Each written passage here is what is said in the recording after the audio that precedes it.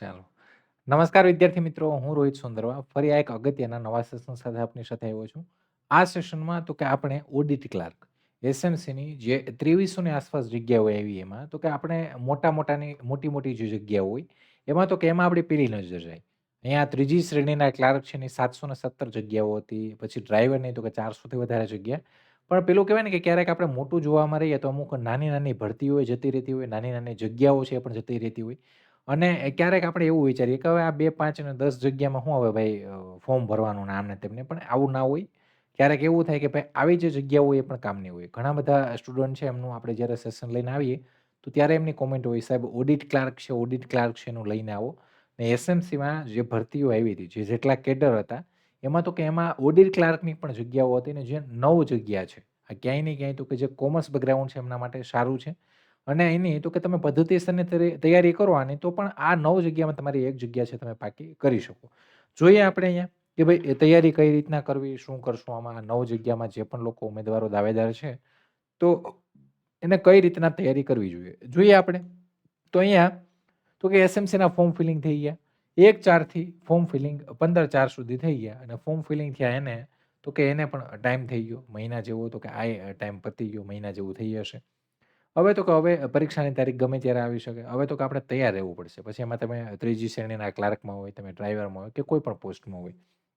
અહીંયા જગ્યાઓ હતી જે એમાં તો કે એમાં અહીંયા ત્રીજી શ્રેણી ક્લાર્ક જે છે ઓડિટ ક્લાર્ક છે એની 29 નંબર ઉપર 9 જગ્યાઓ હતી જેમાં કદાચ દિવ્યાંગ માટે એક જગ્યા છે.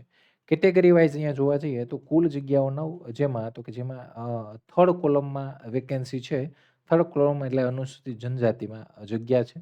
સાથે તો કે કેટેગરી વાઇઝ બધી જગ્યાઓ છેલ્લેથી ચોથું કોલમ એટલે બિન અનામત જનરલ કેટેગરીમાં જગ્યા છે ને ઘણા બધા સ્ટુડન્ટે અહીંયા પણ ફોર્મ ભર્યા છે. હવે અહીંયા તો કે આનો સિલેબસ જોઈએ કે ભાઈ પરીક્ષામાં કઈ રીતના તો 100 માર્કનું પેપર અહીંયા પણ હશે.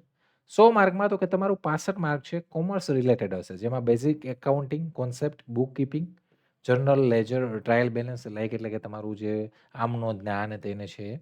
સાથે final accounts, basic of auditing, types of audit, government account basics, financial record and verification એટલા જ પોઈન્ટ કરવાના છે ને એનું જ 65 માર્કનું આવશે. એટલે તમારું જે બેઝિક નોલેજ છે એ છે. બેઝિક નોલેજ જે છે કોમર્સ રિલેટેડ એ જ છે. એટલું બધું ડીપલી નથી એ આ લોકો. સાથે તો કે અહીંયા ઓડિટિંગ લીધું છે. એટલે ઓડિટિંગ એટલે એનો મતલબ થોડું ઘણું અહીંયા તમારે બીકોમનું કોન્સેપ્ટ છે પણ અહીંયા લીધો છે. બેચલર ડિગ્રીનું. 10 માર્કનું અહીંયા કોમ્પ્યુટર હશે. સીસીસી લેવલનું. સાથે સામાન્ય જ્ઞાન વિષયક જે 10 માર્ક. કરંટ અફેર છે ગુજરાત રાજ્યનું જે હશે વિષયક 5 માર્કનું. ગુજરાતી અને અંગ્રેજી ભાષા વિધેયક જે 10 માર્કનું હશે. આવી રીતના મળીને 100 માર્કનું પેપર.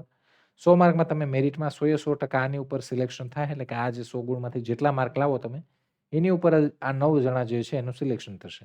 લેખિત પરીક્ષામાં તો કે બિન અનામત કેટેગરીના 50% જે પણ ઉમેદવારો છે એમને. અનામત કેટેગરીના જે ઉમેદવાર છે મહિલા સુરત મહાનગરપાલિકાના નિયત કર્મચારી તો એને 45% આધાર ધોરણ છે. પણ આ કંઈ લાગુ નથી પડતું કેમ કે આનાથી મેરિટ ઊંચું જ રહેશે. હવે તૈયારી ક્યાંથી કરવી? તો અહીંયા તમે જોઈ લો 65 ટેકનિકલ છે. બાકીનું તમે જુઓ તો કે ભાઈ બાકીનું 35 જેવું નોન ટેકનિકલ છે. હવે અહીંયા 65 માર્કનું ક્યાંથી કરીએ? વિભાગ 1 જે છે 65 માર્કનો વિભાગ જેવું અહીંયા કંઈ છે નહીં પણ આ તો મેં મારી રીતના પાડ્યા છે. એકાઉન્ટિંગ અને ઓડિટિંગ છે જે 65 ગુણનું છે. એમાં તો કે સૌથી મહત્વનો ભાગ આ છે. તમારે મેક્સિમમ સ્કોર અહીંયા કરવો પડશે. ભલે 9 જગ્યા છે પણ મેં તમને કીધું ટેકનિકલ ભરતી છે. તો અહીંયા તો કે અહીંયા 9 જગ્યા પણ આપણા માટે સારી જગ્યા કહેવાય. સૌથી પહેલા તો કે ભાઈ પહેલા બેઝિક કરી નાખો. મૂળભૂત ખ્યાલો છે. મૂડી, મહેસૂલ, કર, ઘસારો, હવાલાઓ. સાથે ઓડિટિંગ છે તો ઓડિટિંગ માટે તો કે ભાઈ તમારે જે ગ્રેજ્યુએશનનો કોન્સેપ્ટ છે લેવો પડશે. એમાં ઓડિટ પ્રોગ્રામ, વાઉચિંગ, વેરિફિકેશન છે એ બધું જોઈ લો. સરકારી હિસાબોનું લગતું છે અહીંયા બજેટ અને સરકારી ખાતાઓની હિસાબી પદ્ધતિ છે એના પાયાના નિયમો સમજી લો. સૌથી મેન તો કે આ જ છે. જો 11-12 કોમર્સનું તમે ખાલી એકાઉન્ટ સબ્જેક્ટ છે ને વાંચી લો એટલે ઓલમોસ્ટ તમારો મોસ્ટ ઓફ કોન્સેપ્ટ ત્યાંથી આવશે. એટલે કે એકાઉન્ટિંગનું જે બેઝિક કોન્સેપ્ટ છે, તમારું કાચું સરવૈયું છે, તમારું જે એકાઉન્ટિંગનું કંઈ પણ તમે લઈ લો, આમ નોંધ, પેટા નોંધ, બેંક સિલકમેન્ટ, બધું તમારું છે જે બેઝિક કોન્સેપ્ટ 11-12ની બુકમાં આવી જશે. એટલે કે 11-12ની એકાઉન્ટની જે બુક છે એ કમ્પ્લીટ કરી નાખો. એના વગર શું કરવાનું આ 65 માર્ક માટે? તો બેચલર ડિગ્રીનું થોડું ઘણું ખાલી ધ્યાનમાં લો એકાઉન્ટિંગનું કેમ કે એટલું બધું અહીંયા કોસ્ટ ને મેનેજમેન્ટ ને એવું નથી. સાથે તમે ઓડિટિંગ જે છે, જે બેચલર ડિગ્રીમાં ઓડિટિંગ આવે, એ ઓડિટિંગના પ્રકારો છે અહીંયા જુઓ. અહીંયા શું છે? તો કે આ બેઝિક એકાઉન્ટિંગ કોન્સેપ્ટ 11-12માં આવી ગયું. Book keeping, journal, ledger, trial balance બધું 11-12માં છે. ફાઇનલ એકાઉન્ટ એ 11-12માં છે. બેઝિક ઓફ એકાઉન્ટિંગ ને બેઝિક ઓફ ઓડિટિંગ અને ટાઈપ્સ ઓફ ઓડિટ તો એ તમે કરી લો બેચલરની બુકમાંથી ગમે ત્યાંથી. ગવર્મેન્ટ એકાઉન્ટિંગ બેઝિક્સ તો આ થોડું જોઈ લો અને ફાઇનાન્શિયલ રેકોર્ડ અને વેરિફિકેશન તો આ પણ બેઝિક જ છે. એટલું બધું ડીપલી નથી અહીંયા. ડીપલી પોઈન્ટ નથી like sub accountant, sub auditor, account officer class 2 એના જેવું અહીંયા એકદમ તમારે ઊંડું નથી જવાનું. ઉપર છેલ્લું તમારે જોવાનું છે. તો આ તમારું થઈ ગયું ટેકનિકલ. અહીંયા તો કે અહીંયા મેક્સિમમ માર્ક તમારા કવર કરો 65 માંથી.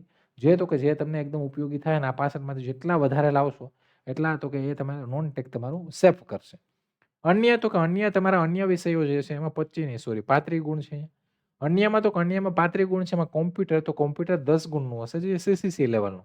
ખાસ તો કે બેઝિક નોલેજ જોઈ લો. એમએસ ઓફિસ ખાસ કરી નાખો. સાથે તો કે સાથે સૌથી અગત્યનું છે શોર્ટકટ કીઝ. કે શોર્ટકટ કીઝ અહીંયા વધારે આવે છે. સાથે ઇનપુટ આઉટપુટ ડિવાઇસને બેઝિક બધી વસ્તુ કરી લો એટલે તમારા કોમ્પ્યુટરના 10 માર્ક છે એ કવર થઈ જાય. સામાન્ય જ્ઞાન અને કરંટ અફેર તો કરંટ અફેર ખાલી 5 માર્કનું છે ને એ પણ ગુજરાતનું જ. તો કરંટ અફેર બેઝિકલી ખાલી નજર મારી લેવાય. બાકી એટલું બધું ઊંડું આમાં જવાય નહીં. 5 માર્ક માટે તો કે એટલી બધી મહેનત ના કરાય. બાકી સામાન્ય જ્ઞાનમાં તો કે ભાઈ એસએમસીના પીવાયક્યુ આના માટે તો કે આના માટે એસએમસીના પીવાયક્યુ બંને માટે તમારે જોવાના છે. એટલે કે એસએમસીની આની પહેલાં જે પરીક્ષાઓ પૂછાયેલી છે એમાં આ બધા વિષયોમાં કેવા ટાઈપના પ્રશ્નો અને કેટલા લેવલ સુધી આ લોકો જાય છે એટલા લેવલ સુધીનું આપણે કરવાનું છે. અને છેલ્લા 6 મહિનાનું મહત્વ ઘટનાઓ અહીં જો કે 5 માર્ક માટે 6 મહિનાનું કરવા ન બેઠાય તો પણ થોડી ઘણી નજર મારવી હોય તો મારી લેવાય. ભાષા 10 ગુણની છે જેમાં ગુજરાતી અને અંગ્રેજી બંને છે. હવે અહીંયા તો કે એસએમસીનો ટ્રેન્ડ એવો છે પ્રીવિયસ તો કે જે આ 10 માર્ક છે એમાં 5 માર્કનું તમારું ગુજરાતીનો ફકરામાંથી પ્રશ્નો, 5 માર્કના અંગ્રેજી ફકરામાંથી પ્રશ્નો આવી રીતના પૂછાય છે. તો કે આ અહીંયા વ્યાકરણ આવવાની શક્યતા ઓછી છે. વ્યાકરણ જો કે અહીંયા છે જ નહીં. અહીંયા તો કે અહીંયા કોમ્પ્રેહેન્શન કદાચ જે છે એ જ આવશે. ફકરામાંથી પ્રશ્નો આવશે એટલે 10 માર્ક આ પણ તમારા તો કે આ પણ તમે ઇઝીલી કવર કરી શકો. એટલે તમારે તો કે તમારે ભાઈ પહેલા 65 અને આ 35 બંનેને સાથે લઈને ચાલવું પડશે અને સારા મેક્સિમમ માર્ક અહીંયા કવર કરવા પડશે. કેમ કે 9 જગ્યા એટલે એક જોવા જઈએ તો જગ્યાઓ સારી કહેવાય. પણ ટેકનિકલ ભરતી છે એટલે અહીંયા ફોર્મ ફિલિંગ થયા હશે તો અહીંયા પણ થોડું કોમ્પિટિશન રહેશે. એટલે એકદમ 11-12 કોમર્સની તમારી જે એકાઉન્ટની બુક છે એ ખાસ કરી લો.